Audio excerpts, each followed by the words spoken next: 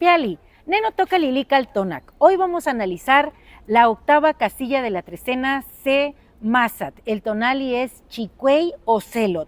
Y quiero decirles que en la trecena tenemos como regente a Tepeyoloctli, el corazón de la montaña, que sabemos que es un jaguar que está sentado sobre el Tepetl.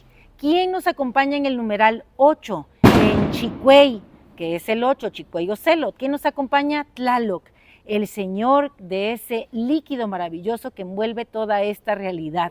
Él, recuerden, que desciende de ese cielo maravilloso y fluye sobre la tierra haciendo su dualidad Chalchutlicue. Bueno, este señor viene acompañado de un ave maravillosa que es Izcuautli, el águila de obsidiana.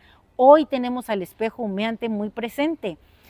Me he puesto este espejo de obsidiana porque está Tepeyoloctli en la trecena. Tenemos en Ocelot, como regente del signo, a Tlazolteotl, que es madre de Tepeyoloctli y además es madre de Ayayauqui Tezcatlipoca. Ella es la gran tejedora, la tejedora de los destinos, la que barre los caminos, esa señora de nuestro destino, la que nos limpia, la gran compostera. Así que hoy tenemos a madre e hijo presentes en esta coordenada acompañados por Tlaloc.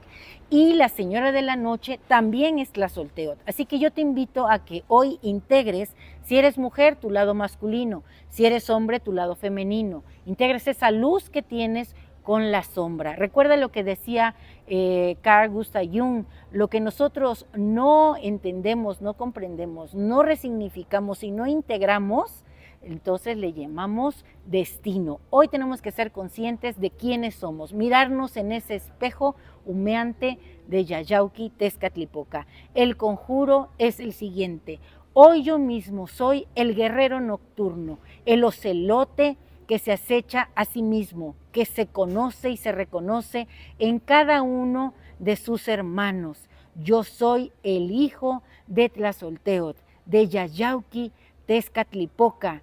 Yo soy el gran guerrero que hoy voy a mostrar esa garra que traigo. Un placer compartir. Recuerda darme un like y suscribirte al canal. Hasta pronto. Saludos desde Tonancintla. He escogido este muro porque está ocelotado. Hoy toca ser el guerrero jaguar.